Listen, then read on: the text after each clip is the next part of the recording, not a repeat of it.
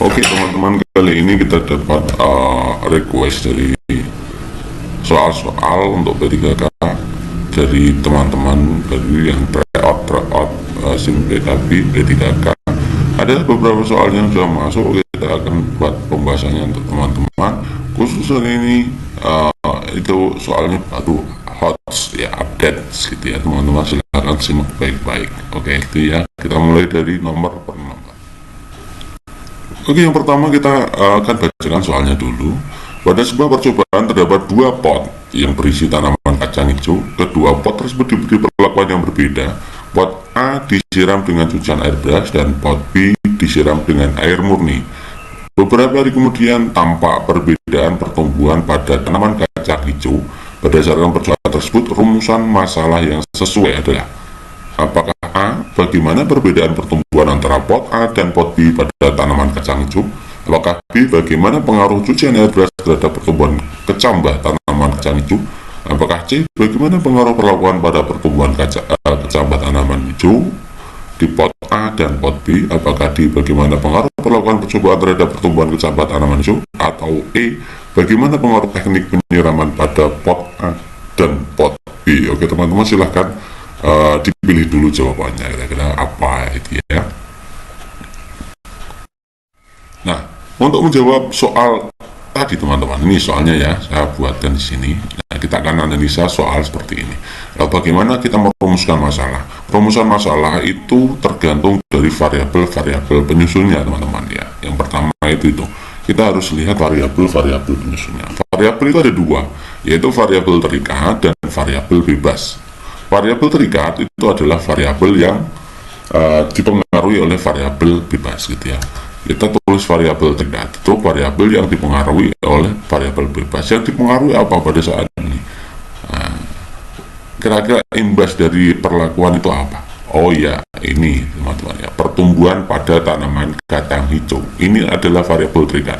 Pertumbuhan pada tanaman hijau itu dipengaruhi oleh perlakuan apa dan apa gitu ya. Itu namanya variabel terikat. Kemudian variabel bebas, ini variabel utamanya adalah variabel bebas. Ini adalah pada soal ini variabel bebasnya itu yang ini, perlakuan disiram dengan cucian air beras, sementara yang dibuat untuk variabel kontrolnya adalah perlakuan disiram dengan air murni. Ini sebagai kontrol gitu ya. Kita akan membedakan bagaimana sih pengaruh cucian air beras dengan pertumbuhan kecambah gitu ya. Nah, variabel kontrolnya adalah dengan menggunakan perlakuan disiram dengan air murni. Maka cara untuk membuat rumusan masalah mudah. Nah, ini skema rumusan masalahnya seperti ini. Bagaimana pengaruh variabel bebas? Nah, variabel bebas kan yang mempengaruhi. Jadi bagaimana pengaruh variabel bebas terhadap variabel terikat. Jadi rumusan masalah pada soal tadi bisa kita tuliskan seperti ini. Bagaimana pengaruh penyiraman dengan cucian beras terhadap pertumbuhan tanaman hijau. Begitu ya teman-teman ya. Cara membuat rumusan masalah harusnya seperti itu. Jadi soal ini berarti jawabannya yang mana ini? Ya tentu saja jawabannya yang B. Bagaimana pengaruh cucian air beras terhadap pertumbuhan kecambah tanaman hijau. Next, berikutnya, peningkatan kadar CO2 di atmosfer saat ini lebih disebabkan karena titik-titik. Apakah A, biomasa, B, biomasa pada biosfer, B, respirasi makhluk hidup, C, pembakaran bahan bakar fosil, D, lubang ozon pada atmosfer, E, pancaran sinar ultraviolet. Nah ini kalau seperti ini jelas ya teman-teman ya, bahwa yang namanya peningkatan CO2 itu karena efek rumah kaca itu sebabnya adalah konsentrasi gas karbon dioksida yang terlalu tinggi di atmosfer. Nah, kenaikan konsentrasi gas CO2 ini disebabkan oleh kenaikan pembakaran bahan bakar minyak atau bahan bakar fosil gitu ya, batu bara, bahan bakar organik lain yang melampaui kemampuan tumbuhan dan laut untuk mengabsorpsinya atau menyerapnya gitu ya. Jadi itu efek utama kenapa sih peningkatan kadar CO2 di atmosfer terlalu tinggi gitu ya. Jadi jawaban yang benar adalah C gitu ya teman-teman ya. Next, berikutnya, kejadian atau cerita tentang kejadian yang benar-benar terjadi pada masa lampau. Itu apakah arti sejarah, makna sejarah, konsep sejarah, metode sejarah, atau bukti sejarah. Nah, kita Soal-soal seperti ini sering sekali keluar. Teman-teman harus bisa membedakan apa itu sejarah, makna sejarah, kemudian bagaimana konsep sejarah dan metodologi sejarah, gitu ya. Nah, jadi kalau kejadian atau cerita tentang kejadian yang benar-benar terjadi, itu artinya ya arti sejarah itu sendiri. Gitu. Tahap metodologi sejarah di mana kemampuan sejarawan untuk dapat berimajinasi dengan membayangkan bagaimana peristiwa masa lalu itu terjadi, namun bukan berarti imajinasi yang bebas seperti seorang sastrawan. Imajinasi seseorang sejarah dibatasi oleh fakta-fakta yang ada yang ia peroleh dalam tahap-tahap sebelumnya. Hal ini adalah tahapan dalam metodologi sejarah sebagai titik-titik, apakah historiografi, interpretasi, kritik, heuristik, atau verifikasi. Nah, berarti kalau ada soal seperti ini kita belajar tentang metode sejarah atau metodologi sejarah, gitu ya. Bagaimana sejarah itu dibentuk.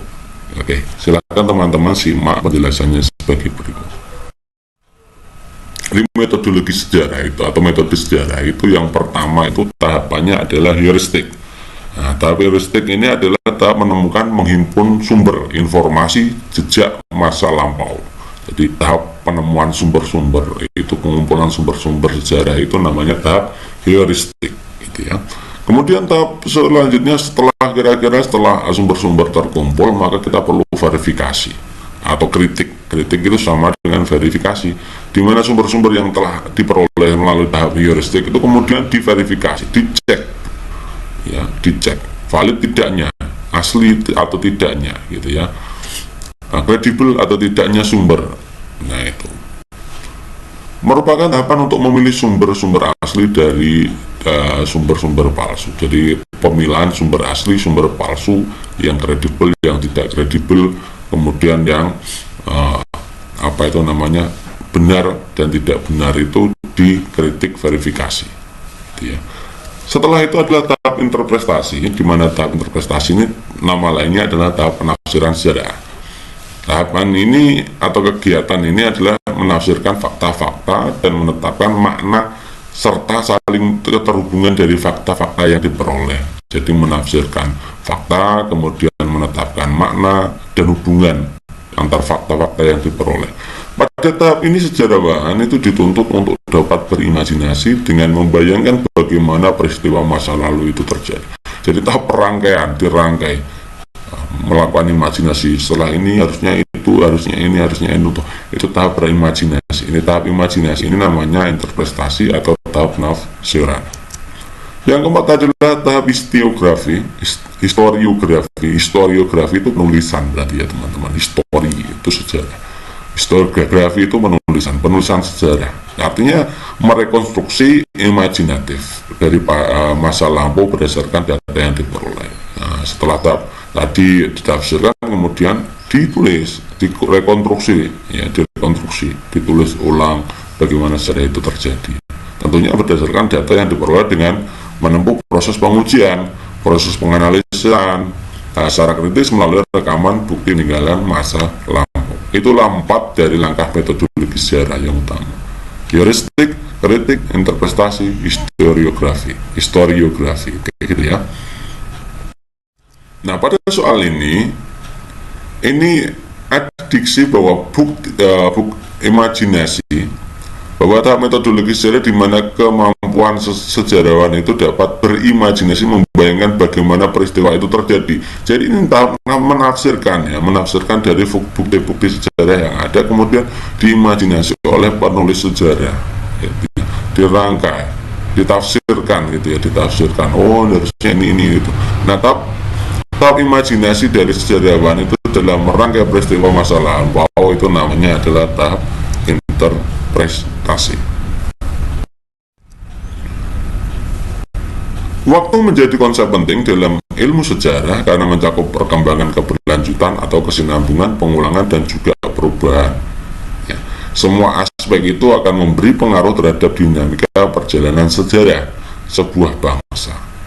Misalkan saja sejarah jatuhnya kekuasaan Presiden Soekarno pada tahun 1960, banyak terjadi aksi dan demonstrasi, khususnya yang dilakukan oleh para mahasiswa.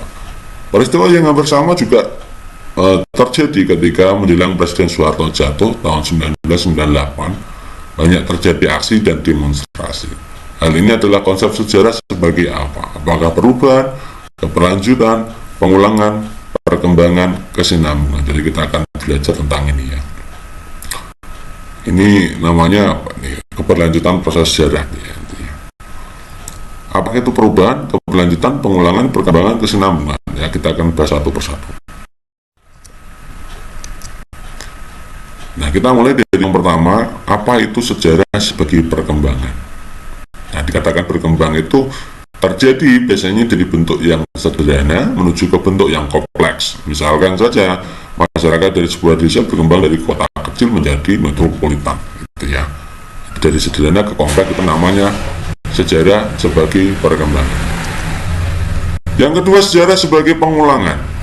Berulang, sejarah sebagai pengulangan itu misalkan begini. Peristiwa pernah terjadi di masa lampau terjadi lagi di masa berikutnya. Nah, ini tadi yang disoal ini kelihatannya ada di sini ya. Soekarno jatuh karena banyak demonstrasi pada tahun 60. Soeharto juga jatuh pada demonstrasi pada tahun 1998. Sama, ada pengulangan seperti pengulangan sejarah gitu. Yang ketiga, sejarah sebagai perubahan. Ini terjadinya perkembangan secara besar-besaran dalam waktu yang relatif singkat, atau ini biasanya bahasanya namanya adalah revolusi ya. Perkembangan secara besar-besaran dalam waktu relatif singkat namanya revolusi ya. Perubahan ini terjadi biasanya karena faktor luar, misalkan nasionalisme Indonesia itu dipengaruhi oleh gerakan romantik di Eropa gitu ya. Yang keempat adalah sejarah sebagai berlanjutan, keberlanjutan dan berkesinambungan. Kalau berkelanjutan itu ya masa lampau, masa lalu merupakan sebuah masa yang sudah dilewati, gitu ya. Namun masa lalu bukan suatu yang terhenti dan tertutup, melainkan bersifat terbuka dan berkesinambungan, sehingga dalam sejarah ya masa lalu manusia itu bukan demi masa lalu itu sendiri, tapi juga untuk masa depan. Itu artinya berkelanjutan dan berkesinambungan. Jadi ada 4 itu ya teman-teman ya. Nah, sejarah sebagai berkelanjutan dan sejarah sebagai berkesinambungan di sini. Oke, berarti ini tadi jawabannya berarti apa ini? Kalau ada kesamaan antara kekuasaan Presiden Soekarno yang jatuh pada tahun 60 dan kekuasaan Soeharto yang jatuh pada 98, itu berarti pengulangan. Rangka tubuh manusia tersusun atas beberapa atau berbagai tulang yang saling berhubungan satu dengan yang lain. Hubungan antar tulang yang tidak memiliki celah sendi sehingga tidak memungkinkan terjadinya pergerakan itu namanya apa? Kifosis, synfibrosis, skoliosis, synkondrosis, dan artrosis. Sebelum kita bahas ini, kita perlu pahami dulu kifosis dan skoliosis itu adalah kelainan pada tulang, jadi tidak ada hubungannya dengan sendi gitu ya. Kelainan pada tulang ya. Kalau di sini adalah macam-macam sendi, ada synfibrosis, synkondrosis, dan artrosis. Kita akan bahas satu persatu ya. Diartrosis atau sendi gerak. Diartrosis itu apa? Sendi yang menghubungkan antara tulang dan memungkinkan terjadinya gerak meskipun itu satu arah, dua arah, atau segala arah. Jadi memungkinkan gerak. Sendi diartrosis bisa digerakkan dengan bebas gitu ya. Ada sendi diartrosis bagian ujung-ujung tulang yang terhubung itu dilapisi oleh tulang rawan. Tulang rawan ini fungsinya mencegah benturan antara tulang yang saling terhubung. Kemudian ada amfiatrosis atau sendi kaku. Yang pertama tadi sendi gerak itu artinya bisa digerakkan dengan bebas. Yang kedua amfiatrosis atau sendi kaku.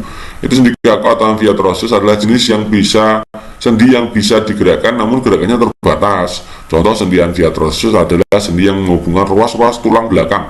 Ruas-ruas tulang belakang itu sendi kaku juga. Sendi pada tulang rusuk itu juga sendi kaku gitu ya. Dan sendi pada tulang panggul itu juga sendi kaku. Yang ketiga adalah sinartrosis atau sendi mati. Jadi sendi tapi mati gitu ya, tidak bisa digerakkan ya.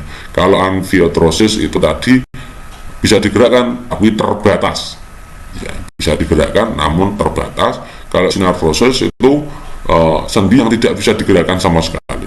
Karena sendi mati tidak bisa digerakkan, maka sendi mati ini terhubung menghubungkan dua tulang dengan kuat sekali, menghubungkan dua tulang dengan kuat. Contoh sendi sinartrosis adalah sendi yang terdapat pada tulang tengkorak dan sendi pada tulang rawan.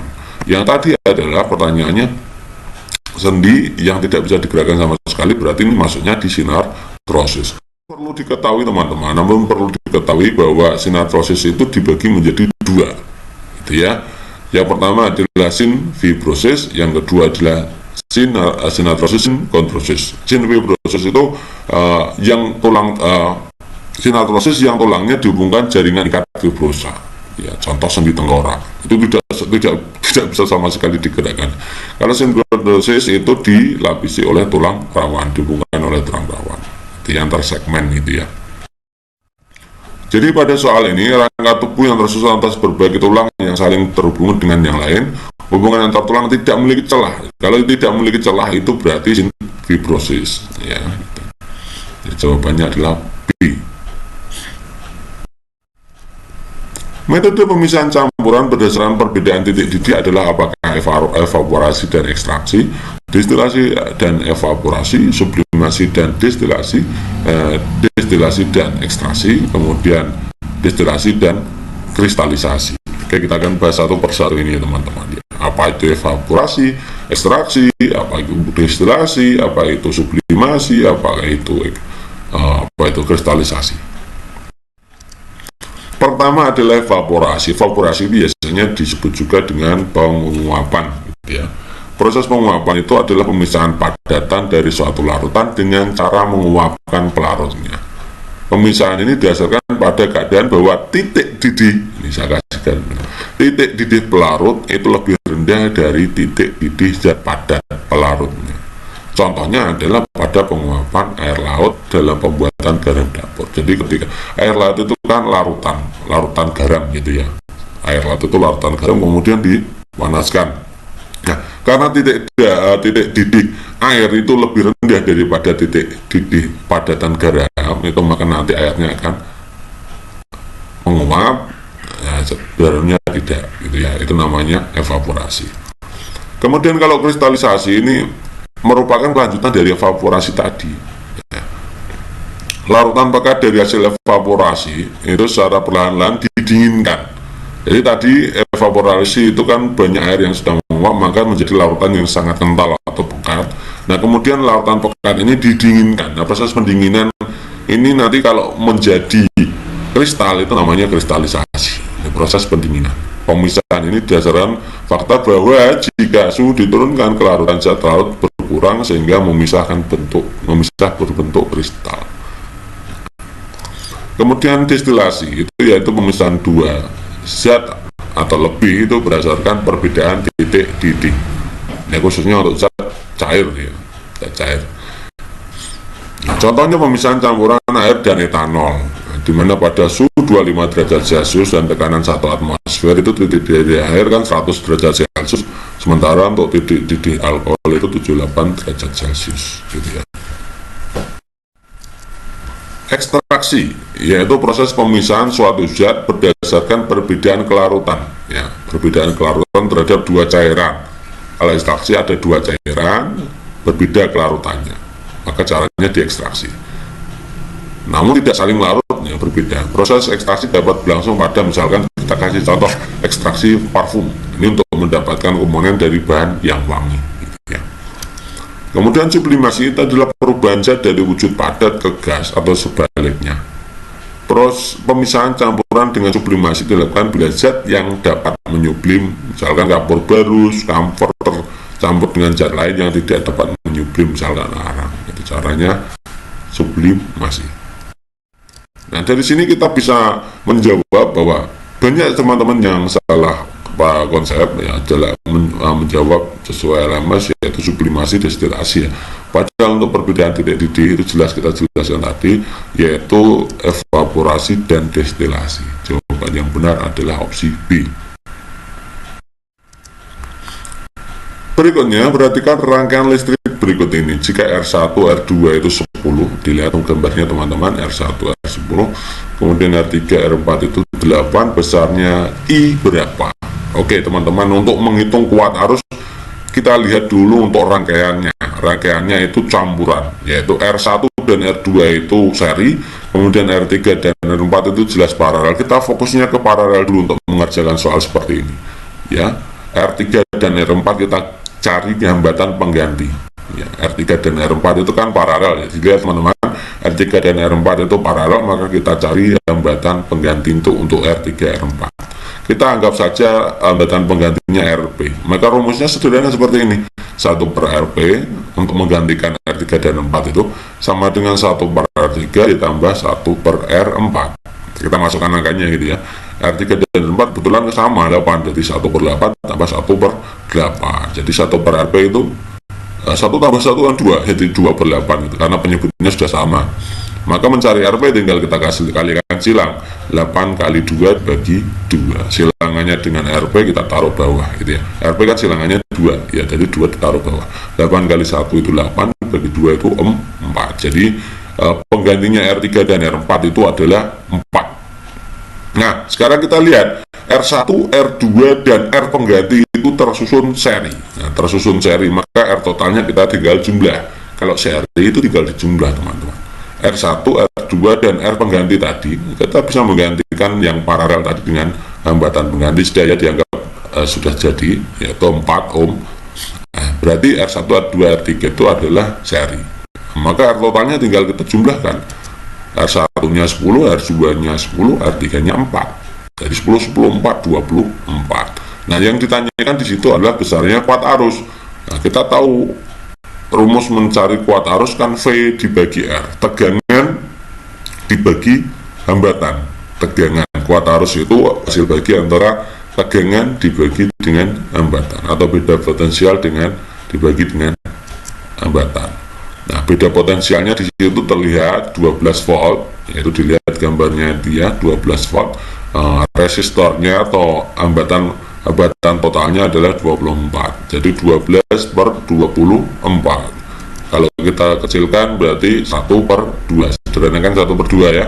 Kalau bentuk koma berarti 0,5, jadi 0,5 ampere. Jawaban yang benar adalah opsi A. Oke, lanjut. Pada saat kita bernapas, udara pernapasan akan masuk ke hidung, trakea, paru-paru. Nah, di dalam alveolus paru-paru selanjutnya udara akan masuk ke kapiler darah dan terjadi reaksi apa? Nah, ini ada 4 reaksi. Apakah HbO2 menjadi Hb tambah O2? Apakah HbCO2 Hb tambah CO2 menjadi HbCO2? Apakah Hb ditambah O2 menjadi HbO2?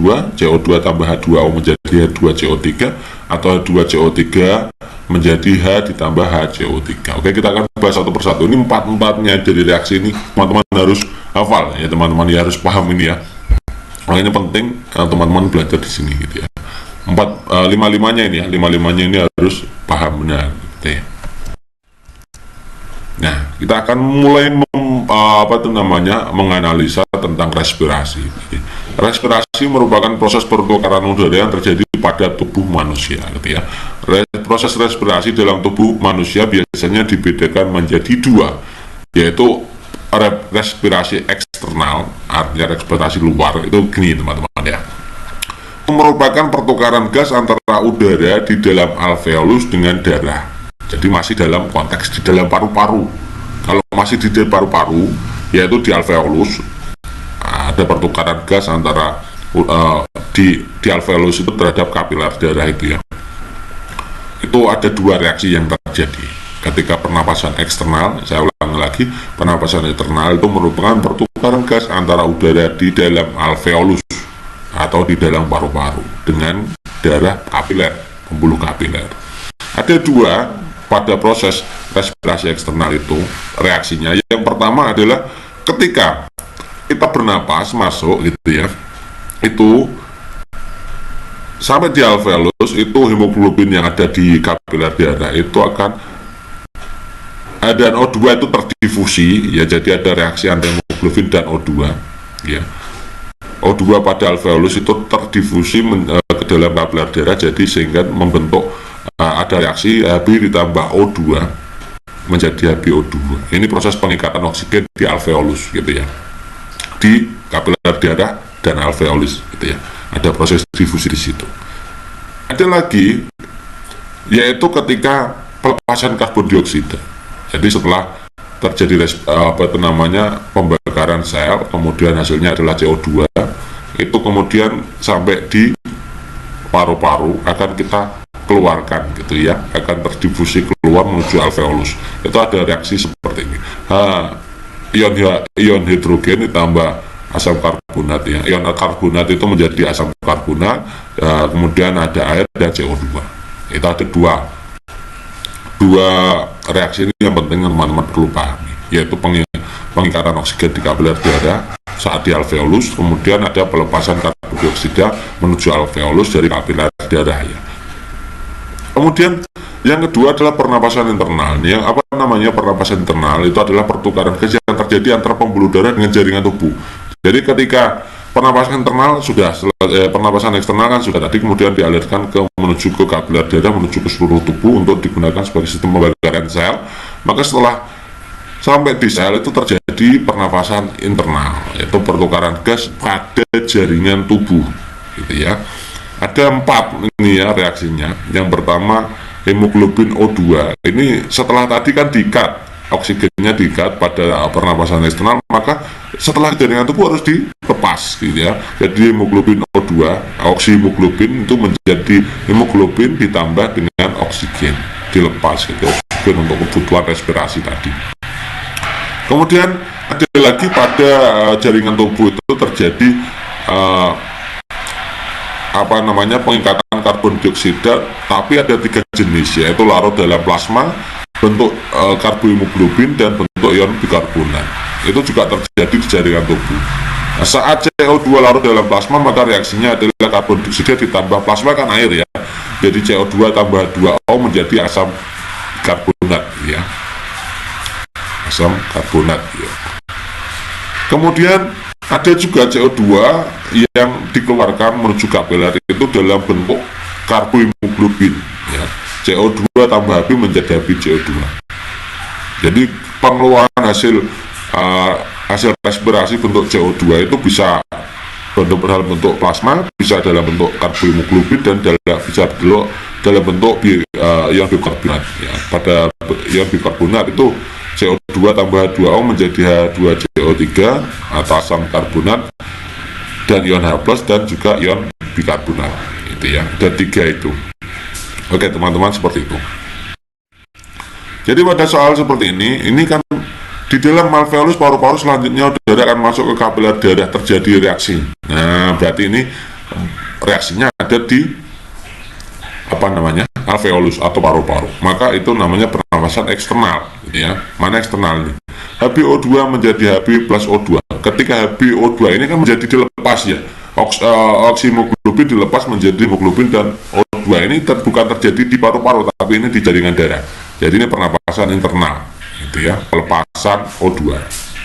HbCO2 menjadi HbCO2 ini berarti pengikatan oksigen, pengingatan karbon dioksida oleh hemoglobin. Ini berarti bukan di paru-paru, bukan di alveolus, tapi ini di jaringan darah juga. Ini internal pada jaringan tubuh juga.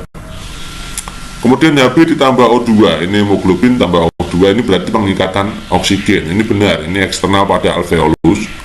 Kemudian kalau CO2 tambah 2O, berarti ini adalah pengeluaran CO2 dengan plasma. Ini terjadi di internal jaringan tubuh.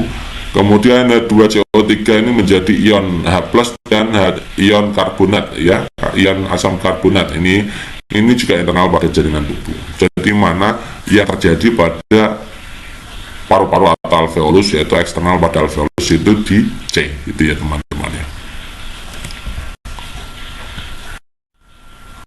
Lanjut. Soal berikutnya, ini kelihatannya masih terkait dengan reaksi kimia, proses respirasi ya. HbO2 itu dilepas ya, dipisahkan menjadi hemoglobin dan oksigen. Ini penjelasan yang benar tentang reaksi kimia di atas adalah apakah terjadi dalam jaringan tubuh, penyegaran alveolus pada paru-paru, pembersihan darah dalam paru-paru, atau di alveolus paru-paru pada waktu ekspirasi, atau pengingatan oksigen dalam jaringan tubuh. Ini jelas ya, tampak pada reaksi kimianya bahwa oksihemoglobin itu dipecah menjadi hemoglobin dan O2. Nah menurut ya, menurut ini, nah ini kan letaknya di sini ya, pemisahan antara oksihemoglobin menjadi hemoglobin dan O2 itu termasuk di pernapasan internal, yaitu pada jaringan tubuh, gitu ya teman-teman. Jawabannya adalah, jadi jawabannya yang benar adalah terjadi di jaringan tubuh. Jawabannya adalah A. Ani mengamati cacat mata hipermetropi. Cacat mata ini disebabkan oleh titik-titik. Apakah A, titik jauh mata bergeser mendekati mata? Apakah B, titik jauh mata bergeser menjauhi mata? Apakah C, titik dekat mata bergeser mendekati mata? Apakah D, titik dekat mata bergeser menjauhi mata? Apakah E, titik jauh mata tidak bergeser? Berarti kita harus belajar apa itu hipermetropi, apa itu miopia, itu kelainan pada mata, gitu ya. Nah, pertama adalah miopi atau rabun jauh. Rabun jauh itu namanya rabun jauh, tidak bisa melihat yang jauh, gitu ya. Tidak bisa melihat yang jauh. Itu sebabnya apa? Kita akan buat deskripsinya sebagai berikut. Mata yang hanya dapat memfokuskan pada jarak dekat itu namanya rabun jauh. Ya. Kalau melihat dekat bisa, melihat jauh tidak bisa.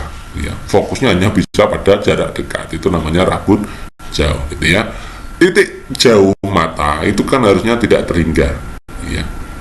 Tapi ketika orang itu rabun jauh, tidak bisa melihat jauh, maka titik jauhnya itu jaraknya lebih dekat, gitu ya. Artinya titik jauh itu mendekati mata, gitu ya teman-teman. Pada rabun jauh, titik jauh mendekati mata. Itu intinya seperti itu. Nah, sementara kalau hipermetrofi atau rabun dekat itu tidak bisa melihat dekat, misalnya melihat yang jauh. Kenapa? Titik dekat mata itu menjauhi mata, ya. Normalnya kan 25, tapi orang yang rabun dekat itu nonton normal di 25 cm itu tidak bisa, kadang perlu dijauhkan. Rabun dekat itu tidak bisa melihat yang dekat, harus dijauhkan, gitu ya.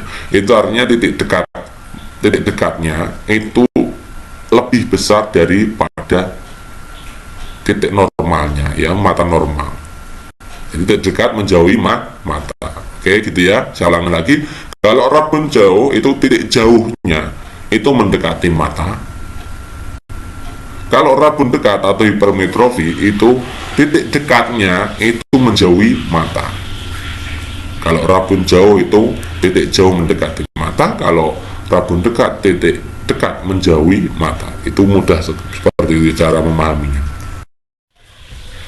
Oke. Berarti Ani mengalami cacat mata hipermetrofi. Tadi hipermetrofi itu berarti rabun dekat, ya.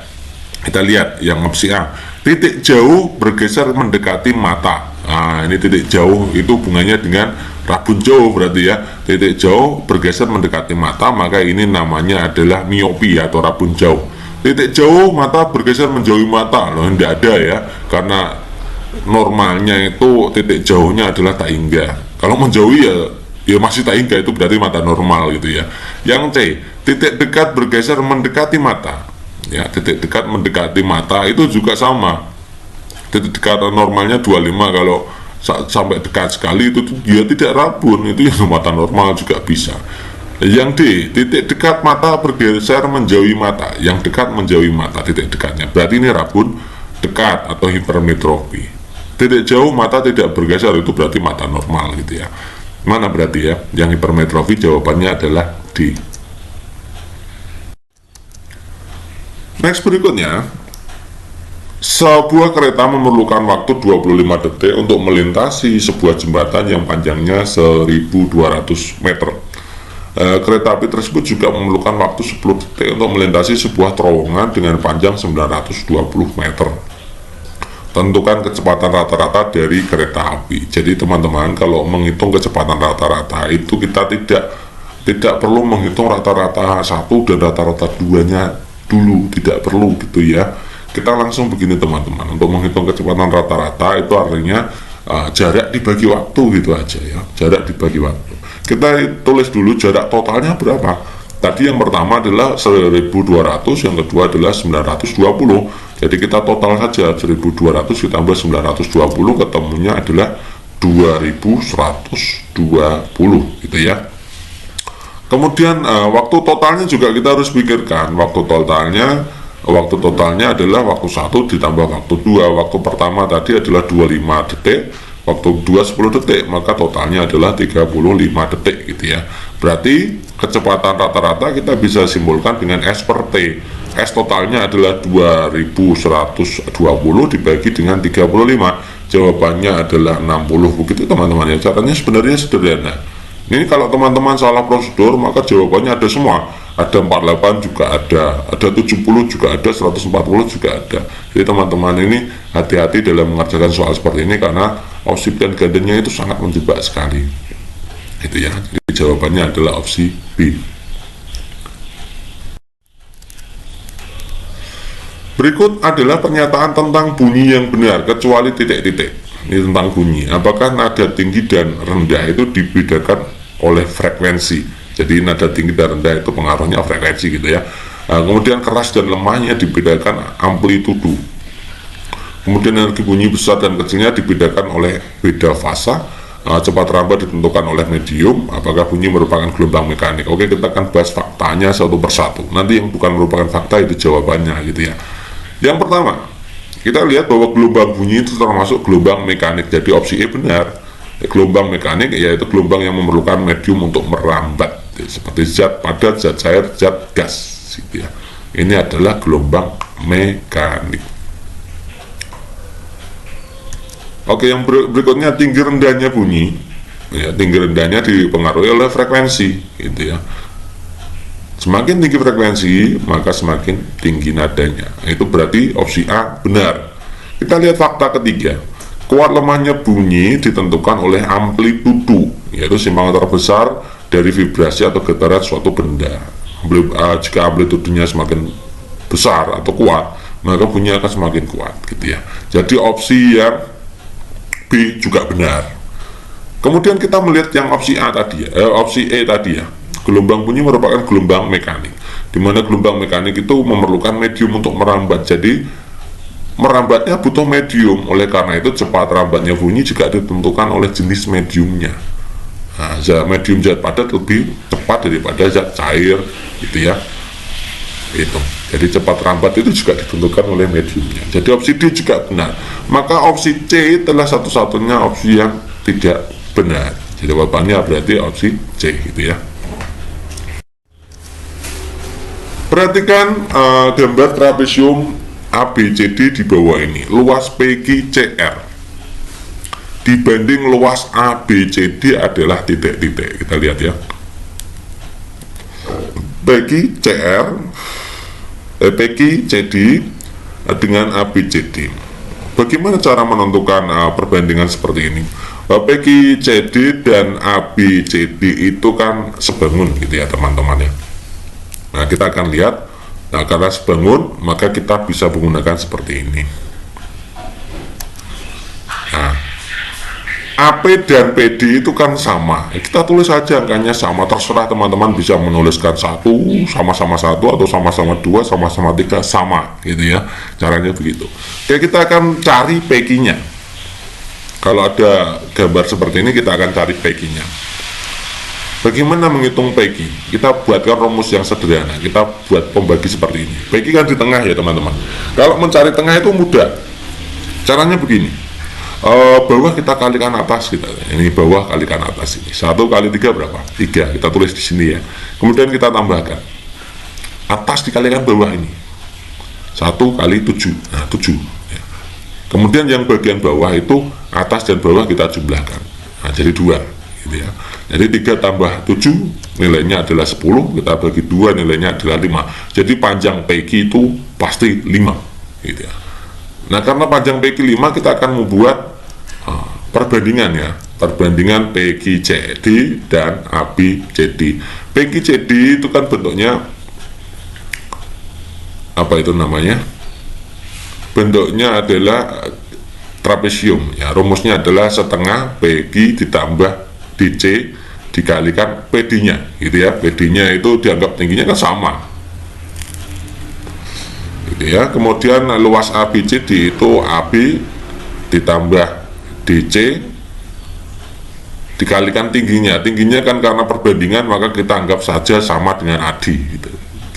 karena perbandingan ini ya, tidak pasti ADI, tapi karena perbandingan maka untuk tingginya PQ CD itu kita anggap yang PD, kalau tingginya ABCD kita anggap yang ADI, gitu aja. Karena setengah-setengah itu sama, maka kita buang saja. Jadi rumusnya tinggal ini gitu ya. Kemudian PQ itu 5, PQ tambah DC 5 tambah 3 jadi 8 gitu ya. Angka 8 tahu ya, 5 ditambah 3 8, oke. Kalikan PD nya 1, oke. Sekarang yang bawah AB nya adalah 7, DC nya adalah 3, maka 10 gitu ya. 10 tingginya adalah 2, perbandingannya 2, maka 8 kali 1 10 kali 2, jadi 8 banding 20. Kalau kita perkecil bagi 4, ketemunya 2 banding 5. Jadi jawaban yang benar adalah opsi E.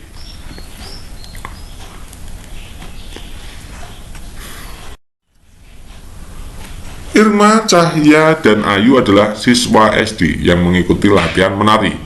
Irma mengikuti latihan 15 hari sekali, Ayu 10 hari sekali, Cahya 20 hari sekali. Mereka bertiga bersama-sama latihan pertama kali pada tanggal 1 Februari 2021. Ketiganya akan bersama-sama mengikuti latihan untuk yang kedua kalinya di tanggal berapa? Nah, soal ini terkait dengan KPK teman-teman. 15, 10, 20 itu kita cari KPK-nya dulu gitu ya. Kita buat tabel. Teman-teman bisa membuat KPK dengan banyak versi, terserah gitu ya. Kalau saya sukanya kalau mengajar anak-anak itu pakainya tabel gitu ya. 15, 10, 20. Kita cari pembagi yang bisa membagi tiga-tiganya atau salah satunya boleh. Kita bisa membagi tiga-tiganya misalkan 5, kita bagi 5, maka ini ketemu 3, 2, 4. Nah, kita masih bisa membagi, ya misalkan kita bagi 2. Kalau 3 bagi 2 nggak usah ditulis. 2 bagi 2 1, 4 bagi 2 2 gitu ya. Masih bisa dibagi lagi, misalkan kita bagi 3. Yang 3 bagi 3 kan 1 ya. Kemudian 1 bagi 3 nggak usah, 2 bagi 3 nggak bisa, nggak usah gitu ya. Kemudian yang terakhir kita bagi 2, maka yang ini tinggal 1 gitu ya. Nah, kalau sudah 1 semua seperti ini, maka jawabannya sudah ketemu ya. Jadi KPK-nya adalah kita kalikan yang sebelah samping kiri itu 5, 2, 3, 2 5, 2, 3, 2 5, 2, 3, 2 kalau kita kalikan kan 60. Jadi KPK-nya adalah 60 gitu teman-teman. Kan sederhana gitu ya. Nah, karena 60 kita lihat ya, mulainya adalah 1 Februari. Jadi karena Februari 2021 itu bukan merupakan tahun kabisat. Karena apa? Karena tidak bisa dibagi 4. Kalau bisa dibagi 4 tahunnya itu berarti tahun kabisat, artinya Februarinya 29. Nah, karena 1 Februari 2021 itu bukan tahun kabisat, maka harinya sampai 28 saja. Jadi 1 sampai 28 itu berarti ada 27 hari. Nah, kemudian dari tanggal 1 sampai dengan sampai dengan 31 itu kan berarti 31 hari. 27 hari ditambah 31 hari berarti sudah berapa itu? Ada 58 hari, masih sisa 2 hari, berarti tanggal 2 April itu selesai, itu ya, sampai dengan ya, hari. Berarti jawaban yang benar adalah 2 April 2021.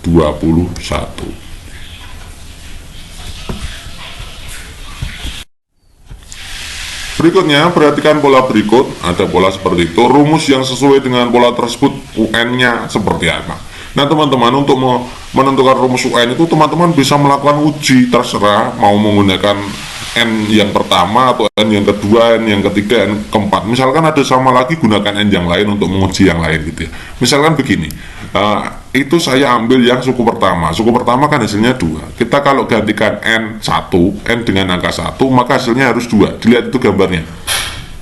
Pola pertama kan hasilnya 2. Nah, kita masukkan N-nya yang 1, maka hasilnya harus 2 gitu ya. Intinya gitu ya. Kita lihat ya. Kita cari U1 untuk yang opsi A. Kita gantikan N-nya dengan angka 1. 1 dalam kurung 1 tambah 1 kan gitu ya. N-nya kita ganti angka 1.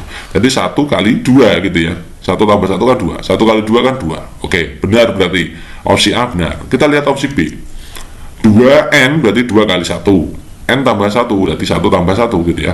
2 kali 1 kan 2, 1 tambah 1 2, jadi 2 kali 2 nilainya 4. Ya jelas salah, karena suku pertamanya adalah 2 ya, jadi opsi B salah. Opsi C, 2 kali n kuadrat, jadi 1 kuadrat ditambah 1 kuadrat kan 1 kali 2 berarti 2 ditambah 1 ketemunya 3. Jelas itu yang opsi C jelas jawabannya salah gitu ya. Opsi D kita masukkan, kita uji dengan U1, n nya 1 kuadrat tambah 2 kali 1 dikurangi 2. 1 kuadrat itu 1, 2 kali 1 2 dikurangi 2, maka jawabannya adalah 3 dikurangi 2 nilainya adalah 1 gitu ya. Itu juga bukan jawabannya, karena suku pertama tadi nilainya harus 2. Yang terakhir kita tuliskan 2 kali 1, 2n itu 2 kali 1 dikurangi 1, 0. Dari 2 kali 0 nilainya 0. Nah ini sudah kelihatan ya, jadi jawabannya yang benar pola 1 hasilnya harus 2, maka jawaban yang paling tepat adalah opsi A. Seorang karyawan mendapatkan gaji 4.500.000. Ya, 4.500.000 gaji tersebut digunakan untuk melunasi cicilan motor 1/5 bagian. Oke, kita kalau soal seperti ini kita langsung saja buat skemanya gitu ya. Ini gajinya kan 4.500.000. Kemudian digunakan untuk cicilan motor, langsung saja 1/5 bagian itu dikalikan artinya teman-teman. Jadi 1/5 kali 4.500.000 ya. 1/5 kali 4.500.000. Nah, jawabannya kan tinggal 45 dibagi 5 kan 9, jadi 900.000 gitu aja.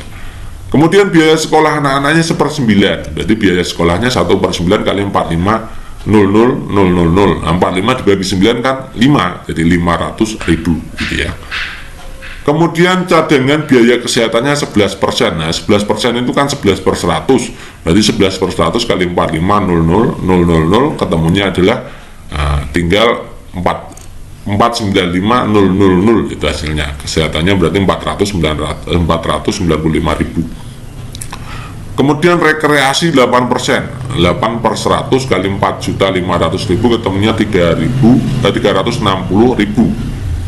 Nah kalau kita total ini banyaknya pengeluaran ini adalah di totalnya adalah 2.255.000, maka sisanya kan digunakan untuk biaya hidup. Nah biaya hidupnya berarti 4.500.000 dikurangi dengan 2.255.000, hasilnya adalah 2.245.000. Jawaban yang tepat adalah yang opsi C.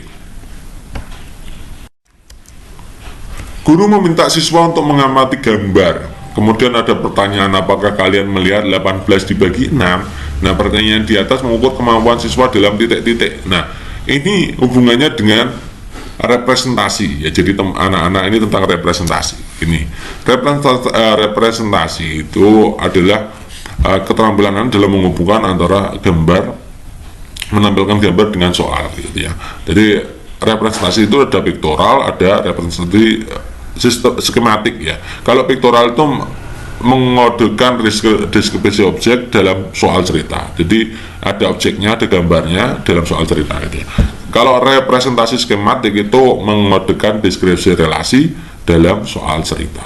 Jadi pada soal ini kita menggunakan representasi pictorial. Tidak hanya sekedar keterampilan menghitung, tidak ada menghitungnya di situ. Menghafalkan fakta ini juga tidak ada hafalan fakta, prosedur juga tidak ada, berpikir tingkat rendah juga tidak. Ini kan karena ada hubungan antara pengkodean antara deskripsi objek dengan soal cerita. Ini berarti representasi pictorial. Alat peraga yang tepat untuk mengenalkan desimal 0,1 itu berarti 1/10 gitu ya. Kita lihat yang opsi A. Kue bulat dibagi, kue bulat itu berarti 1 gitu ya, dibagi menjadi 10 bagian, berarti ini 1 dibagi 10, berarti 0,1 tepat ya, sesuai yang soalnya. 10 kubus satuan yang disusun berjajar. Nah karena disusun berjajar 10 kubus satuan ya 1 kali 10 nilainya 10. Nah, berarti ini tidak representatif. Kemudian bola warna-warni diberi nomor 1 sampai 10, ini berarti bukan mencerminkan 0,1, tapi ya 1, 2, 3, 4, 5, 6, 7, 8, 9, 10 itu menghitung, berarti tidak saya tulis gitu ya. Kemudian D, pita berukuran 1 kali 10 cm dibagi menjadi 10, berarti kan ini 1 kali 10 dibagi 10 bagian gitu ya. Jadi 1 bagi kali 10 kan 10 dibagi 10 nilainya 1, berarti ini bukan representasi untuk 0,1. Kertas berukuran 2 kali 5 kemudian dibagi menjadi 10, berarti 2 kali 5 kan 10, dibagi 10 nilainya dilewati 1. Ini juga bukan representasi dari 0,1. Ini teman-teman kalau menjawab soal harus bisa menganalisa itu ya. Jadi jawaban yang tepat adalah opsi A. Yani dan Juni melakukan perjalanan berlawanan arah. Juni mengendari kendaraan 15 km lebih cepat daripada Yani. Setelah 3 jam mereka berpisah 225 km, kecepatan rata-rata Yani berapa? Oke, kita lihat ya. Ini kata kuncinya adalah Juni mengendari kendaraan 15 km lebih cepat daripada Yani dan itu berlawanan arah. Gambarnya seperti ini teman-teman, ini dan ini. Yang pendek yang warna biru itu miliknya Yani. Ya, kita misalkan X, karena di situ tidak ada nilainya langsung yang mau dicari gitu ya. V Yani, kecepatan Yani itu yang biru, kemudian kecepatan Juni karena selisih 15 km per jam, maka kita kasih ini. Kalau Yani-nya X, maka Juninya X tambah 15, kan lebih cepat, gitu ya. Kita lihat bahwa jumlah jaraknya kan berarti jaraknya Yani, jarak tempuh Yani ditambah jarak tempuh Juni, gitu ya. Menghitung jarak kan rumusnya V kali T. Jadi kalau jaraknya Yani ya V Yani kali T, kalau jarak tempuhnya Juni ya V Juni kali T, gitu ya. Nah, jaraknya tadi totalnya adalah 225. V Yani tadi X T nya waktunya 3 jam, jadi X kali 3. V Juni adalah X tambah 15, T nya sama-sama 3. Jadi X kali 3 3X. Nah, itu ada X tambah 15 dikalikan 3, maka itu didistribusikan masing-masing. X kali 3 berarti 3X. 15 kali 3 45, gitu ya. Tidak boleh salah satu saja, tidak boleh gitu ya. Kita hitung berarti 225 itu X, 3X tambah 3X itu kan 6X. Ya, ditambah 45, kita pindahkan 45 ke sayap kiri atau ruas kiri. Jadi 225 dikurangi 45, ketemunya 6X, maka 180 adalah 6X. Maka X-nya adalah 180 dibagi 6, ketemunya 30. Jadi X-nya tadi adalah kecepatan Yani, maka kecepatan Yani berarti 30, kecepatan Juni berarti selisih 15. 30 tambah 15 ketemunya 45. Yang ditanyakan adalah kecepatan Yani, maka jawaban yang tepat adalah 30. Terus kemudian ada soal hot seperti ini teman-teman. Berikut adalah data internasional mengenai sampah plastik dalam jutaan ton per tahun yang dibuang ke laut. Cina merupakan negara yang paling banyak membuang sampah plastik ke laut. Berdasarkan data tersebut, simpulan reflektif yang bisa ditarik adalah titik-titik. Kita lihat yang opsi A, laut Indonesia masih lebih baik daripada laut Malaysia. Oh, ini jelas salah ya teman-teman. Indonesia itu sampahnya adalah di nomor 2, sementara Malaysia itu jauh di bawahnya. Jadi bukan, yang opsi A tidak. Laut Indonesia lebih bersih dari Cina. Salah ya teman-teman ya. Laut Indonesia lebih besar dari Cina ya, itu juga benar ya, lumayan benar gitu ya, lumayan benar. Tapi kan tidak bisa seperti itu karena luas laut di Indonesia dan Cina tidak sama, tidak bisa disimpulkan. Yang C, Indonesia adalah penyumbang sampah plastik terbesar kedua di dunia. Ini jelas ya, penyumbang plastik terbesar pertama adalah Cina, penyumbang plastik kedua adalah Indonesia. Jadi opsi C itu jelas benar. Yang di Laut Amerika paling bersih, ini jelas tidak. Kemudian belum tentu paling bersih itu ya. Kemudian Amerika penyumbang sampah laut paling sedikit di dunia, itu kan datanya hanya segitu gitu ya. Jadi tidak bisa disimpulkan. Jadi jawaban yang paling jelas itu adalah opsi C. Demikian teman-teman untuk pembahasan kali ini. Semoga untuk pembahasan soal-soal P3K untuk kali ini itu bermanfaat untuk teman-teman. Tetap stay semangat. Bagi teman-teman yang masih berkendala dengan pendaftaran, silakan bersabar ya, nanti akan ada perubahan sistem gitu ya. Cukup sekian, terima kasih. Assalamualaikum warahmatullahi wabarakatuh.